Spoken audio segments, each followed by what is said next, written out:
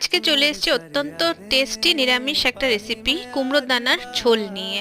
ভিডিওটা ভালো লাগলে অবশ্যই লাইক করবেন, কমেন্ট করে জানাবেন কেমন লাগলো, আর চ্যানেলটা সাবস্ক্রাইব করে দেবেন। এটা খেতে যতটা টেস্টি বানাতে ততটা ইজি। আমি নিয়ে নিয়েছিলাম কুমড়োর দানা, আর এটাকে আমি পেস্ট বানিয়ে নিয়েছিলাম। এবার পেস্টে আমি নিয়ে নিয়েছি নুন, হলুদ, একটু ময়দা আর লাল লঙ্কার গুঁড়ো। সব কিছুকে ভালো করে মেখে একটা প্যানে সাদা তেল নিয়ে তারপর ছোট ছোট করে বড়াগুলো ভেজে নিয়েছিলাম। বড়াগুলো লাল লাল হওয়া পর্যন্ত ভেজে তারপরে নামিয়ে নিয়েছি। তারপরে আমি আলুও ডুমো ডুমো করে কেটে ভেজে নিয়েছি। তারপর ওই তেলের মধ্যেই আমি শুকনো লঙ্কা, তেজপাতা এবং মেথি ফোড়ন দিয়ে জিরে, ধনে আর শুকনো লঙ্কা পেস্ট করে দিয়ে দিয়েছি। তারপরে একটু জল আর চিনি দিয়ে আর নুন হলুদ দিয়ে ভালো করে কষিয়ে নিয়েছি। কষিয়ে নিয়ে পরিমাণ মতো ঝোল দিয়ে দিয়েছি। ঝোলটা ফুটে উঠলে আমি বড়াগুলো এবং আলু দিয়ে দিয়েছি। তারপর ভালো করে ফুটে উঠলে একটু আলুগুলো ভেঙে দিয়েছি যাতে ঝোলটা গাঢ় হয়ে যায়।